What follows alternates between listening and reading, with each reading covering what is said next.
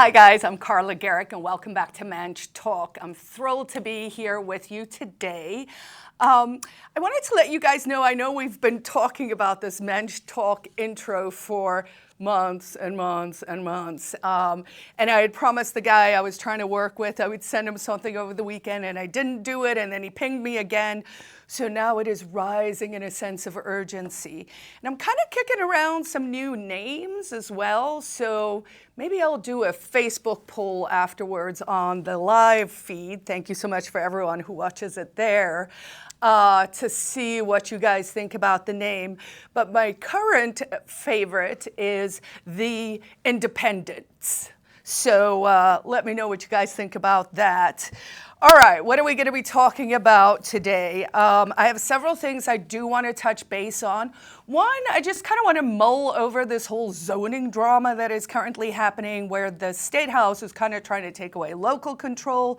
People are upset. I think both sides have good arguments. So it's just really one of those things where maybe we're going to have to try something new, but I'll get into that a little bit. I want to let you know about the Bitcoin Reserve Fund that just was signed into law by Kelly Ayotte, our governor, yesterday. And then also talk about this landmark 2B, Article 2B court case that came out last week. It's a New Hampshire Supreme Court case. And for those of you who've been following the show for a long time know that 2B has to do with to be or not to be, has to do with privacy, and that it was a constitutional amendment we passed here in New Hampshire in 2018. So I will talk about that a little bit too. But first, how are we doing on egg prices? So for everyone who knows, that's kind of one of the things I like to measure in terms of inflation, how well the economy is doing. I really just do it because it makes me feel very wise about my choice to get my own backyard dinosaurs during COVID. I would highly recommend to anyone who's into chickens or thinking about getting them or whatever. Maybe this could be our statewide civil disobedience to the extent it needs to be done that way, to get a couple of chickens. It's really fun. They're kind of like pets. And of course, an egg is actually full nutritional, very good for you. I know the government spent many years trying to convince you eggs are bad for you, but indeed they are not. So the current egg prices have, so they skyrocketed 237% under Biden. And according to the Secretary of Agriculture, Brooke Rollins, and the clip I watched this morning, thanks to her 5-point plan, egg prices have come down 56% from their height a few short months ago during the previous administration. So there you have it. Egg prices are coming down. That can only bode well for all of us. All right, let us touch base on that zoning thing. So here's the long and the short of it, is there is a push, because there is a housing shortage in New Hampshire, to liberalize, in the true sense of the word, zoning, right? So basically to try and make it so that there is more places available to build. So often in New Hampshire, towns have local control where they can write ordinances and regulations to say X, Y, and Z. And we know zoning falls in that, right? There's a zoning board, oftentimes it's a zoning and planning board, and then the zoning board will say things like, you can only have a single family home on 5 acres, say. Some towns are 2 acres, and so it does vary from town to town, and there are towns that have a certain look and feel or a certain ruralness, I suppose.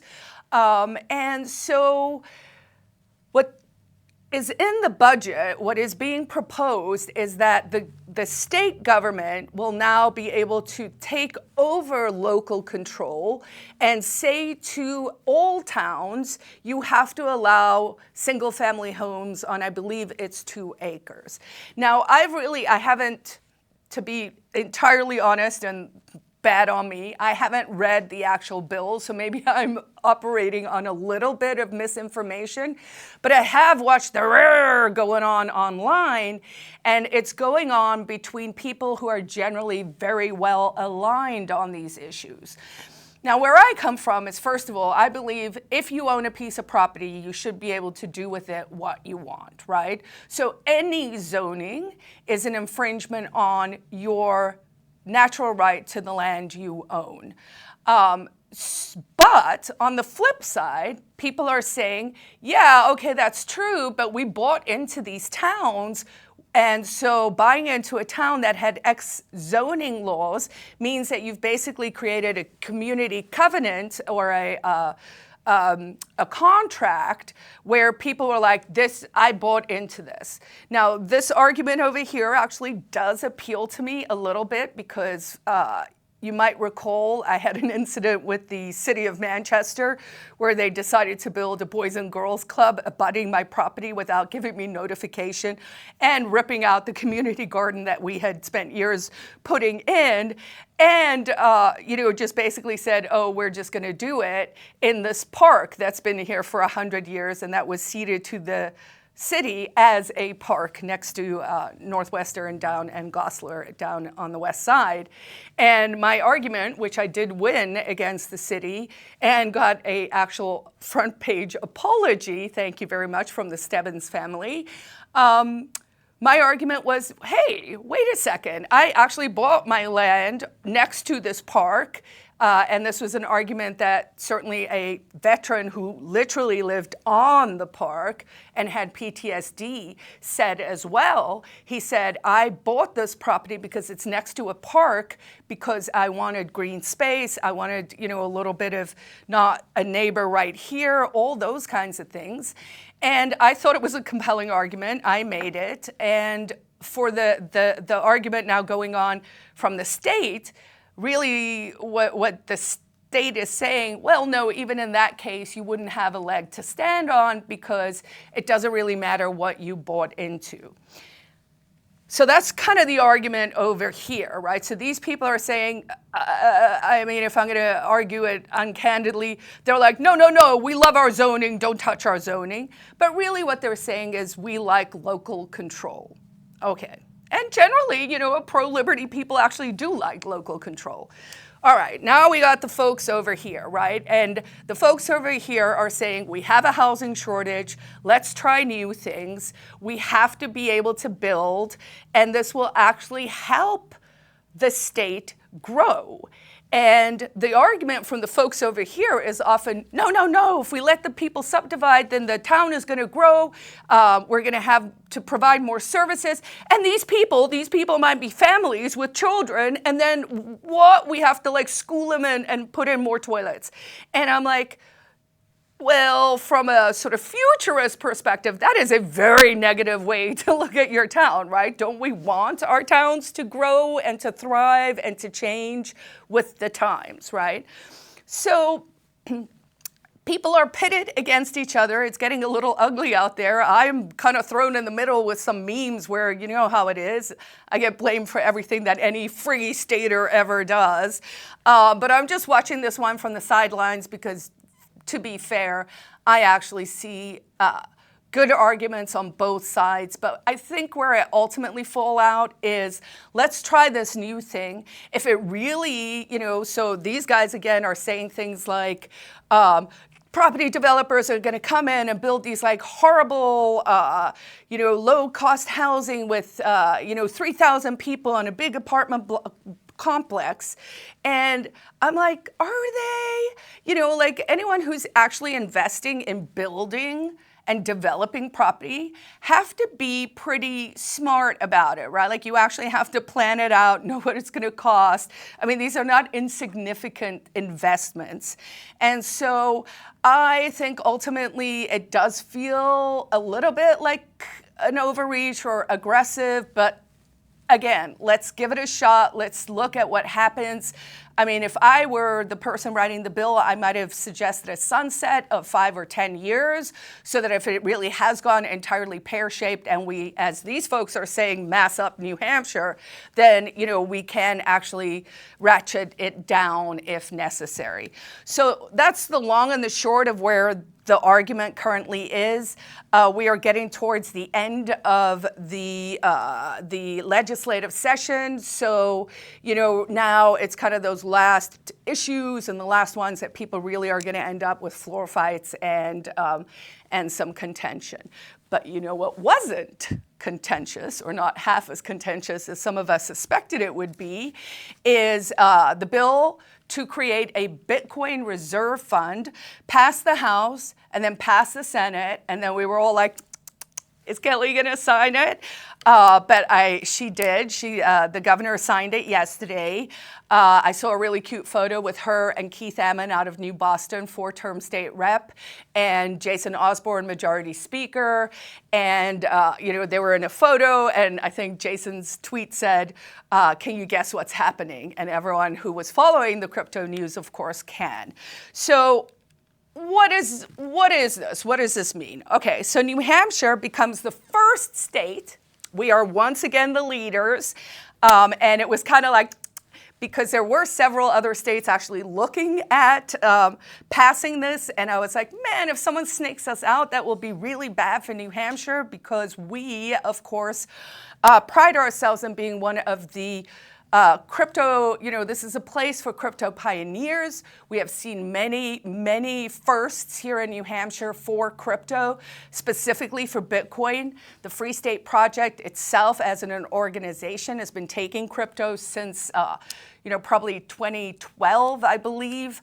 Actually, yesterday in my Facebook memories, a little thing came up from a San Jose Bitcoin conference in 2012, where I spoke on a panel with anti-war and Bitcoin's not bombs and like all these things. And reminder, because the industry has become so much something different to what many of us imagined it would be, right? Which was a bulwark against the state and also a way to stop these wars by really cutting off this inflationary monetary printing, which of course funds all the bad guys. And by all the bad guys, I mean the military-industrial complex. And of course, now we see with inflation and the money printing, it basically goes to all the bigs, right? Big ag, big tech, big whatever. We're just whatever which one is that we're mad at the moment. So this strategic Bitcoin reserve bill has been signed into law, and it's a landmark win. And basically, what does the bill do? So first of all, it lets the Treasury of New Hampshire buy Bitcoin and other top-tier digital assets. But those digital assets have to have a market cap of at least $500 million. So at the moment, that is only Bitcoin. But, you know, if some of the other ones start to do better, maybe they will be included in this. All right, so it authorizes reserve purchases of Bitcoin or any digital asset with a market cap above $500 billion. It caps holdings at 5% of total state funds. So this ensures Bitcoin complements the state's broader investment strategy. It mandates a robust U.S. regulated custody, so the assets must be held in a state-controlled multi-sig with a qualified custodian or through a U.S. exchange-traded product. So this is to maximize security and transparency. I know people are going to be upset. I don't think there's any perfect way to do it. There is also not, because the whole internet's been yelling at me this morning, there is really no perfect way to do anything, folks. Everyone is just a human trying their best. And then it takes effect 60 days after passage. So this one, which was signed yesterday, in 2 months' time, New Hampshire will be the first state to have a strategic Bitcoin reserve. Now, here's the interesting part of this bill, because I see it only being touted really in the crypto community, but the bill also allows the state treasury to buy silver gold and platinum up to 5%. I'm not sure if the 5% is for each of those, or my guess is it's the holding of all of them together. And so I think we need to look at this very strategically, because some of the criticism that I was hearing yesterday, I did a really good X Live on it that has a few thousand views. Go find that and share it. But people were sort of criticizing, why is it only Bitcoin? What does it help bringing Bitcoin into the state? How are we smashing the state with this strategy and all of that? I do think it is okay to look at Bitcoin as a hedge still. Someone on Twitter was asking, and I said, well, look at it as a hedge, but then also look at it. He was like, when would we ever need some Bitcoin reserve fund? And I was like, if there's a dollar collapse, I don't know, wasn't that the reason initially? And people seem to think that's far-fetched, but if you actually follow economics and you follow BRICS and you follow geopolitical stuff, and you understand how much money has been printed and how heavily in debt America is, and the fact that we are compounding our debt by like $1 trillion every 100 days, where it used to take, like it took 90 years or 200 years to get to the first trillion, and now we're doing it once every like 3 months or something. So there are real economic concerns, and so I feel like this is very, very smart. It is smart governing. It is smart futuristic decision making, and I want to give a really earnest and heartfelt shout out to Keith Ammon, who shepherded this through. He's been doing a lot of the Bitcoin crypto stuff, a lot of the nuclear stuff, a lot of this sort of, hey, what is forward-looking stuff that can make New Hampshire more cutting edge, more independent, more cool. So huge shout out to Keith Ammon out of New Boston for getting this over the finish line. Also to Jason Osborne, the speaker. He did support this one, and I think it is a really big and strategic win for the Free State of New Hampshire. So good job, everyone. And then, of course, thank you also to the governor for being the first governor in the nation to sign a strategic Bitcoin reserve bill. So basically, we combined legislative innovation, a good regulatory framework, and we utilized our vibrant crypto community here in New Hampshire in order to cement our position as a trailblazer in U.S. cryptocurrency adoption. All right, so that's pretty exciting. Now, I want to tell you guys about this case. So this was in Friday's paper, and the headline said, New Hampshire Supreme Court backs victims' privacy in landmark case. Groundbreaking decision protects mental health records. So interestingly, I've already been abusing and misusing the Grok on X way too much. And honestly, I asked it yesterday. I asked for like a little summary on that Bitcoin bill we just talked about, and it told me for some reason that the reserves were 10%, and I didn't check my homework, and it was wrong. And after I did the live, I checked the bill's language, and I was like, oh, I'm wrong, and I issued a little correction, and I was like, oh, sorry, guys, I didn't check. But then I asked the Grok, hey, why did you give me the wrong answer? And it was like, oh, I only looked at secondary sources, or I didn't look at the bill's language. I was looking at like tweets or something, and I was like, well, that's not good enough. So that is my caveat to let you know I did not check the work on Grok for the summary. So I'm going to do sort of a dual thing out of the newspaper and then what I can glean here from the notes from Grok. But basically what happened was, so backstory. New Hampshire in 2018 passed a New Hampshire constitutional amendment which has to do the following. It has to pass the House and the Senate and not be vetoed by the governor at 60%. It has to pass the House, the Senate, and not be vetoed by the governor at 60%. If it passed 67%, then actually I think it's 60, sorry. I wrote it on my whiteboard and I never remember, is it 60 and 67 or 67 and 60, whatever. It's over 60 in both cases.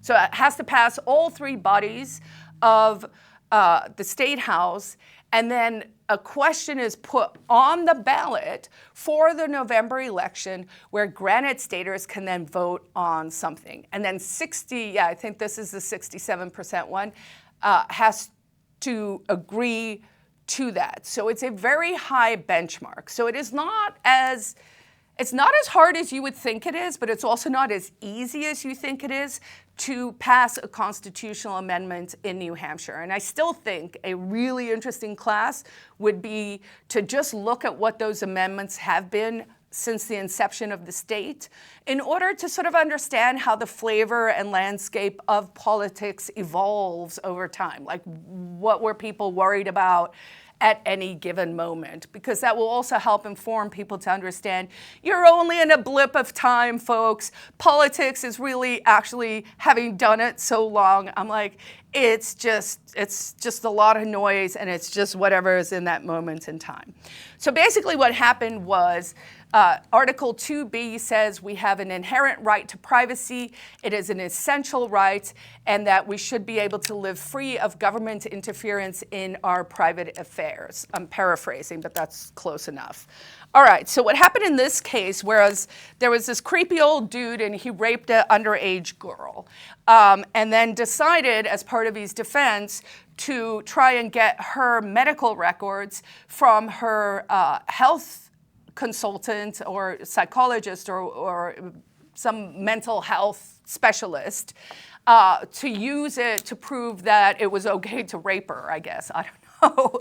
And rightfully, the New Hampshire Supreme Court was like, whoa, whoa, whoa.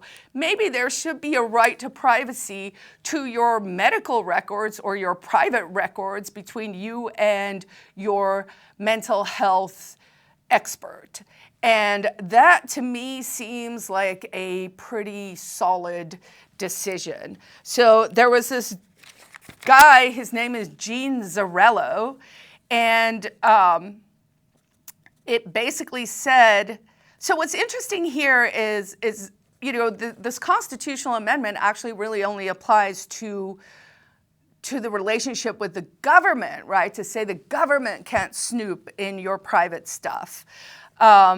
So basically what happened was this guy pled not guilty, and his trial hasn't actually occurred yet. But as part of his defense, he asked for the victim's therapy records going back to 2009, hoping to find something to question her story. The victim found out and said, no way, you can't do that. And she said that giving up her records would violate her privacy and also, I think, scare other people, which is a legitimate concern, have a chilling effect, right, on other people seeking help if they needed to. A lower court judge said Zarilla could have the records based on old precedent, but then the victim actually appealed to the Supreme Court, and she said, no, wait, Article 2B's privacy rights should protect her records in this case. So on May 1st this year, the Supreme Court agreed with her, and they made a new rule saying mental health records are now protected in the same way a doctor-patient records might be, or in the same way lawyer-client records might be. Now, side note here, of course, is we are seeing a horrible crumbling of the attorney-client privilege, including, back to the crypto stuff, Roger Ver, who, of course, was a crypto pioneer, now in, living with an ankle bracelet on an island off Spain, hoping he doesn't get extradited to the U.S. for 109 years in prison for not paying, according to the U.S. government, enough taxes to give up his citizenship. So, I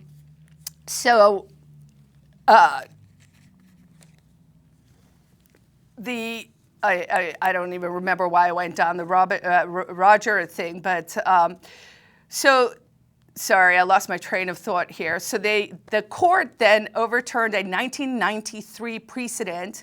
Oh, it was the attorney-client privilege, where with Roger, what they did is they actually raided his tax, the IRS raided his tax lawyers' offices in the U.S., and said he doesn't have attorney-client privilege.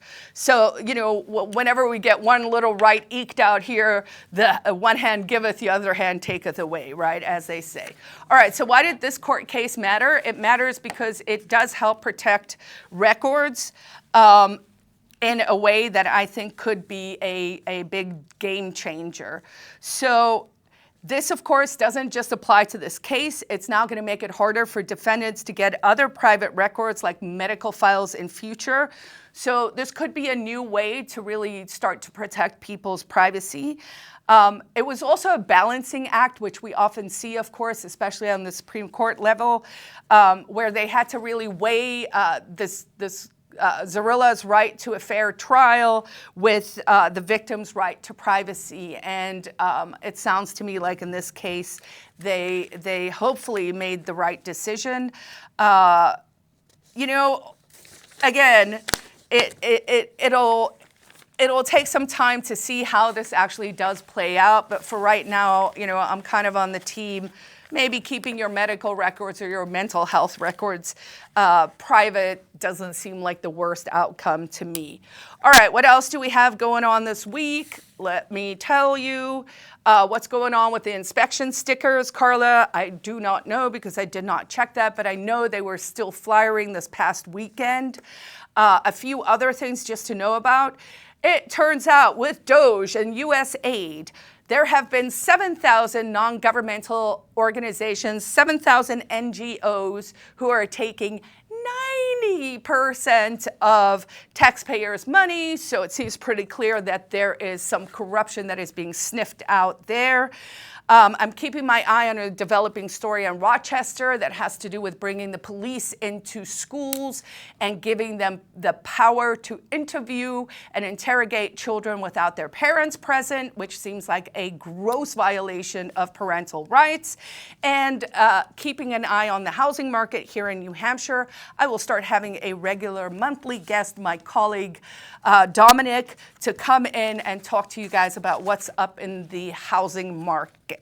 So that's all we had time for this week. 2 books. The one is about grit itself. The other one is about how to be relentless. You can see thematically I'm saying never give up, but also remember to balance perseverance with pick your battles. Thanks, guys. Peace out.